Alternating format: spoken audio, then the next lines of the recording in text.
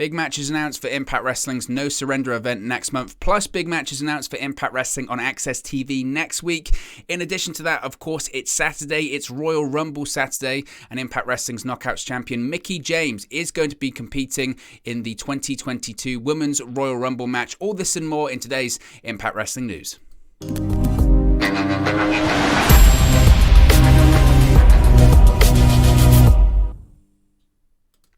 Hey guys, welcome back to Wrestling News 365. Hope everyone is doing very well. As always, there are plenty of Impact Wrestling news stories to get into today. So let's start off with the big 10-man tag team match announced for No Surrender next month. Now, of course, when it comes to a lot of these stories, we have actually spoken about them previously because a lot of these things were revealed at the latest set of Impact Wrestling television tapings. But you have a bit of extra context once you actually see it air on television, once you actually see it air on Access TV and see some things that maybe weren't reported at the television tapings or weren't reported because they weren't actually made aware to the live audience. You can kind of have a better context on certain things. So a big 10-man tag team match has been added to the Impact Wrestling No Surrender card. The match will see Honor No More, the group of former Ring of Honor stars, take on several top Impact Wrestling stars as well.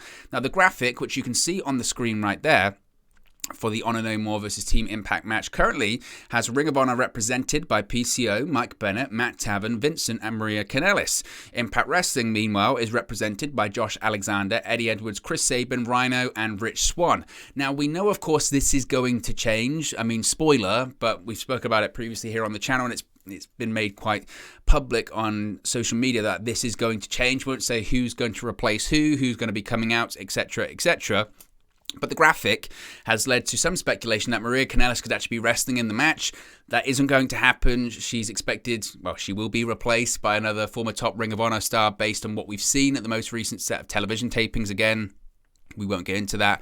I think that will probably be revealed next week as to who that person is. But if you go and check one of the last Impact Wrestling news videos that we did, you'll be able to see who that person is to replace Maria. Now, Impact Wrestling Executive Vice President Scott D'Amore announced the match on this week's show of Impact Wrestling on Access TV and said if Honor No More wins, the group can stay in Impact Wrestling. But if they lose, they must leave the company. This is what D'Amore said, quote, "You win, you stay, you lose. Don't let the door hit you on the behind on the way out." Now, this week's Impact Wrestling on Access TV featured a segment where the Ring of Honor wrestlers faced off with the Impact stars, which led Scott D'Amore coming out to try and restore order, declaring that Honor No More doesn't deserve to go up against the best in Impact Wrestling because they don't represent the pride of Ring of Honor. Maria responded, saying that Honor No More doesn't have to play by Impact Wrestling's rules, but they can come to an agreement for No Surrender. It was then announced that the main event of the show would see PCO face off against Chris Sabin, and the 10-man tag team match would take place at No Surrender. Now, I really enjoyed this little bit of logic that they used later on in the broadcast, whereby Scott D'Amore led Honor No More to their locker room during a backstage segment, but it wasn't a locker room, it was actually the janitor's closet. Now, of course, it didn't go over well with the ROH stars, but Scott D'Amore said if you put them in a locker room, then he has an entire locker room that wants to hurt the Honor No More guys, who then said they don't represent the legacy of Ring of Honor. And I really enjoyed that because that's logical. And sometimes in pro wrestling, we, as pro wrestling fans, we have to kind of overlook some of the more illogical aspects of pro wrestling. And there's a lot of them, you know, because, and you hear them all the time, right? When you watch any wrestling show with someone that doesn't watch wrestling or doesn't like wrestling, and they'll say, well, if he actually got hit with those steel steps, he'd be really injured. Or if they hate each other so much, how come they come out from the same entrance and they must have been backstage with each other? You know, just stuff like that as pro wrestling fans, we're conditioned just to block out. I enjoyed that bit of logic. They didn't need to do it. They didn't need to do a segment because, again, as pro wrestling fans, we're willing to overlook quite a lot.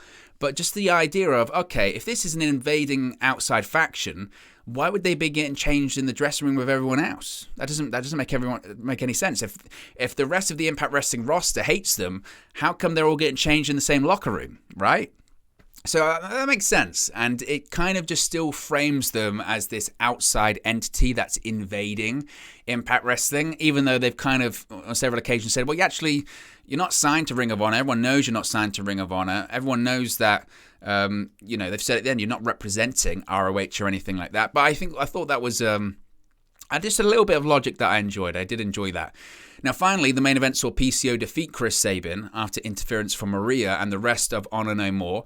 After the match, the ROH guys attacked Chris Sabin until Team Impact made the save, forcing Honor No More to retreat to the end to end the show. So again, I enjoyed it. We know that this match is going to change. Again, we won't go into the details of who's replacing who, etc. But I think that Honor No More wins, right? We already know that PCO has signed a contract with Impact Wrestling, so which they haven't obviously addressed in storyline, but that's the case. So one would assume that the rest of these guys are going to follow suit, I think. So I would see Honor No More winning and then getting contracts, because again, this is a big angle. It's a big invasion, angle, and it doesn't make sense for the big, threatening invaders to lose their first match. I mean, we've seen invading factions have similar situations. Nexus, right, SummerSlam, where the first big match they lose, and they're dead in the water. So I don't expect that to happen. I expect the Honor No More guys to win, and then they'll get contracts, or they'll be allowed to stay. Whether they'll actually sign deals with Impact Wrestling is another thing, but they'll be allowed to stay. And the logical leap of how can they keep getting into the arena every single week gets figured out. And maybe that's when Jonathan Gresham, right, finally is revealed to be the big leader of Honor No More. I don't know, but I'm excited for it. I don't know if it's going to be just a straight up tag or an elimination match. I don't think they actually really addressed it, to be honest with you, but we'll have to wait and see. And that one, again, those kind of things, sometimes they don't reveal to the live audience at the television taping, so we might find out more about that in the coming weeks, so we'll have to wait and see when it comes to that. Another match announced or made official, on this week's show for No Surrender is the Knockouts Championship match. Mickie James, her opponent, has officially been announced for the upcoming No Surrender event from Impact Wrestling. It was announced that James will defend her Impact Knockouts Championship against Tasha Steelz at No Surrender. Now, Impact this past week featured James delivering a State of the Knockouts address. Of course, this was just a couple of nights before she returns to a ring for WWE tonight at the Royal Rumble. I don't really know what the plans are when it comes to Mickie James now, because again, I always felt that the plan for her was to win the Knockouts Championship, and I didn't even think she was going to do that, frankly. I'm not going to be a hypocrite here. I thought Gianna Purrazzo was going to win Bound for Glory, and Mickie James beat her to win the Knockouts Championship then, and I thought, okay, they're doing a series, obviously. Gianna Purrazzo will win the title back up Hard to Kill. And then again, that didn't happen. Now, they try and say that had nothing to do with the Royal Rumble, but I'm not sure I truly buy into that. I think once the Royal Rumble announcement was made and once that deal was figured out, Impact Wrestling went, why, Mickie James is going to be in the Rumble. Why would we take the title off her now? That doesn't make any sense. And then in the meantime, they gave Gianna Purrazzo the Ring of Honor Women's Championship, so they kept her strong too. A lot of it makes sense. So I don't know what the situation will be. For me, the person she should drop the championship to, no disrespect, isn't Tasha Steelz. So I would assume she probably wins. And maybe she holds on to the Knockouts Championship. She has a bit of a lengthy run. Holds on to it until... I think if she drops it on a pay-per-view. I don't think she drops it at an Impact Plus event. So I don't see her dropping it at No Surrender. I mean, maybe... You could say Rebellion, maybe is the likely chance, because that's going to be on pay-per-view, possibly holds it all the way to Slammiversary in July. But that would be a way off. We're talking about 7 months off, and that's a pretty lengthy title reign there. So maybe Rebellion might be the place that she drops it, or maybe she just holds it for a while, because you look around, there's plenty of capable people in the Knockouts division, and plenty of people for Mickie James to work with that she hasn't really worked against before. I mean, there's an entire division of people she hasn't really faced off against. So... I don't think she'll drop the title at No Surrender, but it's exciting to see her in the Rumble tonight, and of course, we'll talk about that in a second. Now, this past Thursday on Impact featured the debut of the GOD, the Gorillas of Destiny. Now, after making their on-screen debut this past week, the New Japan Tag Team Stars and Bullet Club members Gorillas of Destiny will make their in-ring debut for Impact Wrestling next Thursday. Tama Tonga and Tangaloa will team with the returning JY and Chris Bay to face Jake Something, Speedball Mike Bailey, Madman Fulton, and the former X Division champion Ace Austin. Now, there was an angle this past week on Impact, which Tonga and Loa attacked Something after his win over Chris Bay. That brought out Bailey and for the save, followed by White making his return to aid his Bullet Club teammates. Tonga and Loa then sent notice to tag team champions the Good Brothers that they are coming for them. Of course, we know where that is heading, but I enjoyed it, and as I spoke about before, this obviously is the beginning, I think, of an extended period of time in Impact Wrestling for not only the Gorillas of Destiny, but also JY and the Bullet Club. We know now that Impact Wrestling is the lead-in to New Japan. Of course, New Japan returned to Access TV last week. So this working relationship that was already there is going to exist. And I look at right now the factions that are being set in Impact Wrestling. I'm seeing a Ring of Honor faction, or ROH guys. Obviously, you've got the Team Impact guys, and now you're seeing more and more members of the Bullet Club arrive in Impact Wrestling. To me, that only leads to some kind of big pay-per-view, whether that's Rebellion, or maybe they just replace Rebellion. I mean, the April pay-per-view for Impact Wrestling used to be Lockdown. So who's to say that they don't do a bigger version of a Lethal Lockdown match? Previously it would be 2 tag teams in the Lethal Lockdown, but they could do 3. I don't see why they couldn't do 3. If they wanted to do their own version of War Games, they could do something like that. I'm not sure what they would call it, but they could do something. And you could have the Bullet Club versus Impact versus Ring of Honor, and these big invading forces fighting over, I guess, Impact Wrestling, fighting over time on Access TV. I don't know, but it's exciting, and I think they are laying the groundwork. Again, we know where it's going when it comes to No Surrender, when it comes to GOD and Jay White. We know that they're going to be part of No Surrender, so they're going to be part of more tapings for Impact Wrestling going forward too. But they're a great tag team, and Jay White, we know his capabilities and qualities, so it just makes the program better. And this past week, Impact Wrestling's episode, once again, was great, and that's because there's so much talent. There really is so much talent in Impact Wrestling as well. Speaking of next week too, it's been made official that next Thursday's show will see the Digital Media Champion Jordan Grace defend the Impact Digital Media Championship against Matt Cardona. Grace accepted Cardona's challenge on Thursday, saying Cardona being the Internet Champion was a thing of the past. Now, again, we've spoken about this in depth, so I won't stay on this for too long. But Matt Cardona, I mean, if you don't want to be spoiled or anything like that, don't worry, I'm not going to say the result, and I'm not going to say, what happens, all that kind of stuff, but it's fairly obvious. But Matt Cardona is doing just some of his, probably the best work of his career right now, which says a lot, considering that the guy, I think people forget, just how over he was in 2010, 2011, with the whole Z True Long Island Story stuff, the sort of the social media traction he was getting at the time. He was one of the first wrestlers, I would say, to get the groundswell of support from social media. We'd seen the groundswell of support from the internet in the past. I mean, some people like to pretend that the internet didn't exist in like the mid-2000s when it so did.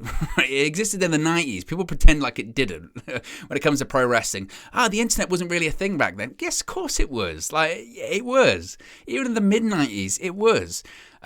So we'd seen the internet and the dirt sheets, if you will, get behind people in the 90s and in the mid-2000s. But Matt Cardona, for me, was one of the first people that social media got behind, like the YouTube sort of generation, and again, the Twitter generation, the Facebook generation, the Instagram generation really got behind that kind of groundswell of support. He was over. He had people chanting his name in Madison Square Garden.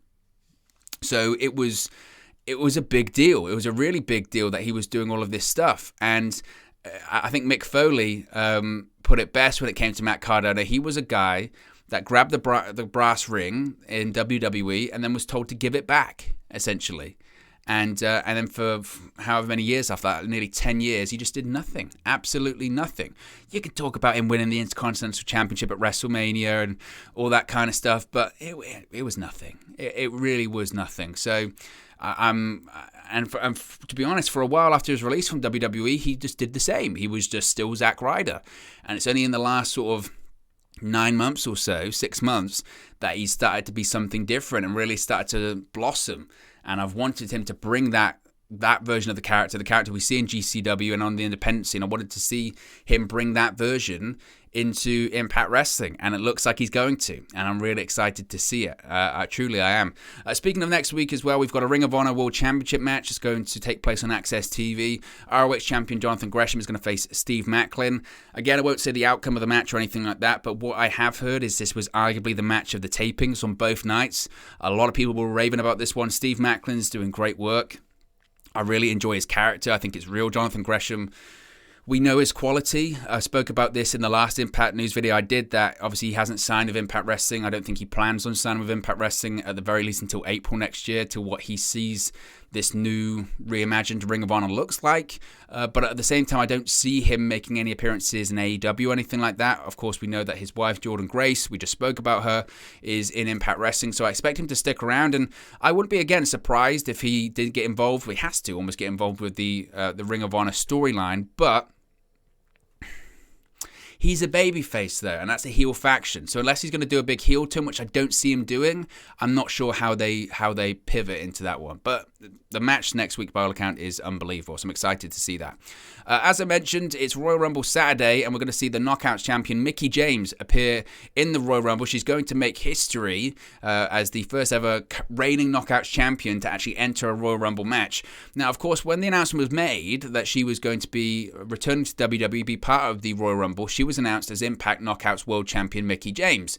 Now, she did an interview with Sam Roberts on the Not Sam Wrestling podcast, and she revealed that it was actually something she asked for. She asked to be acknowledged as the Knockouts champion. She said, quote, "It was something I asked for. You never know. It's one of those things. I was hoping it would get a good reaction because it was something I felt was unique and different and pretty powerful, and it blew up a little bit. I'm grateful for that. You always hope for that kind of reaction. It kind of solidifies your career and people that people care and are invested." So I'm excited. Look, Mickie James is not winning the Royal Rumble tonight, but I think a lot of people are curious to what this looks like because WWE just historically doesn't play well with others or just doesn't play with others in general. So I think she will come out with the Knockouts Championship around her waist. I think that's guaranteed. I don't know if she comes out to her old theme music or hardcore country. I would prefer it to be hardcore country because that's the Impact Wrestling version of Mickie James as opposed to the WWE version of Mickie James. And who knows what it can lead to. I saw an interview with AJ Styles with Nick Hausman of Wrestling Inc. I'd recommend. They did some great interviews yesterday at the Media Row. And he kind of said that he maybe feels like the Forbidden Door is maybe a bit one way in that people are coming into WWE, but these WWE stars aren't going to go over. But it's something unique and it's exciting. And as Mickie James said before, it's her ending her career in WWE on a better term than Trash Bag Gate and all that kind of stuff. So really excited. And there's a ton of rumors about the Women's Royal Rumble and people returning and all that kind of stuff. So I'm fascinated to see who does return tonight at the Royal Rumble. Finally, I said I was going to talk about this a couple of days ago, so I do want to talk about Moose's comments. Now, Moose did an interview on the Battleground podcast. We spoke about this when it came to the Custom World Championship. Well, Moose was asked during this interview what he feels is Impact Wrestling's biggest challenge heading into 2022. He said, quote, this is a fascinating quote, "If you watch our shows, I feel our shows are just as good, if not better, than AEW and WWE. I think the biggest challenge, if I was running the company, I would try to expand our following in the sense of getting bigger venues and seeing if we can draw a 5,000 or 6,000 seat arena. You never know unless you try it. Let's see if we can start slowly running in big arenas, especially our pay-per-views." Now, there's part of those comments that I just don't buy into. The idea of Impact Wrestling running a 5,000 or 6,000 seat arena right now, I just can't see it. Maybe one a year, if that's literally everything you built to was that, and you stacked that show and you built to it for 6 months, maybe you could do that in a big destination town like New York or Chicago or a big city, a big wrestling city that draws. Maybe I could see that, maybe. But the idea of Impact Wrestling's pay-per-views, they have 4 a year running in 5,000 or 6,000 seat arenas. I mean, AEW does that, and AEW does more than that, but AEW has 3 hours a week on cable television on TNT and TBS. Impact Wrestling doesn't have that. The biggest challenge when it comes to Impact, as we said time and time again, is distribution. If they can get a better distribution deal than Access TV, and look, that Access TV is always a great base for them to have because the company that owns them owns that network. So they've always got that. They've always got that to fall back on. But if they're going to really revitalize themselves and really continue to sort of be that phoenix that comes out of the ashes, they need to have a better distribution deal. And they need to pursue it. And if they don't, they've always got Access TV to fall back on. If they go to this next network and they get cancelled or whatever, they can go back to Access TV. It's not a problem. But they will always have this ceiling whilst they're on Access TV and whilst they're taped and the spoilers are out there. That's the biggest problem. Because even when they were on Access TV, they were doing better numbers in the pandemic because people didn't know what was going to happen because people weren't at the television tapings. Now, fans are there, spoilers are out there, and they're on Access TV, so the numbers are lower. Now, they've gone up in the last couple of weeks, but they're nowhere near what they were last year when they were at the upper parts of, nearly 200,000 or 190,000. Now it's like 120,000. Where have those 70,000+ viewers gone? They've gone because they can read the spoilers online. You're a hardcore fan mostly if you watch Impact Wrestling at this point. If they could get back onto a network, and it doesn't have to be as big as TNT or TBS. I mean, I don't have a huge knowledge of American broadcasting networks, etc. So you would know better than me if you're in the United States. But if they can get that distribution deal together, I agree with them. There are some weeks, absolutely, where Impact Wrestling's broadcast and Access TV is, in terms of quality and content and being easier to watch, is better than WWE or better than AEW. Because they've got good talent there and they've got people that know what they're doing. The biggest problem is distribution.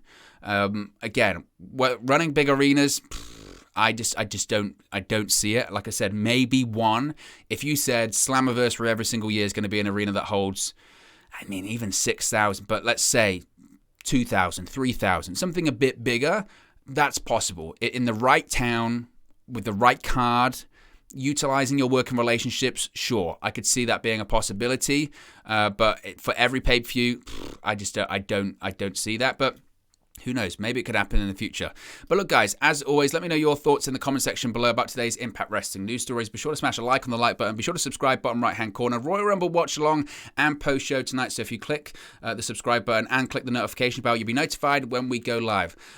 Enjoy the Royal Rumble, and I'll speak to you again very, very soon. Hey guys, thank you for watching, listening, streaming, or however you come across this video today. Be sure to click on the video on the right there to watch our next video, or click the bottom there to subscribe, or the bottom right hand corner. Thank you very much, and I'll speak to you again very soon.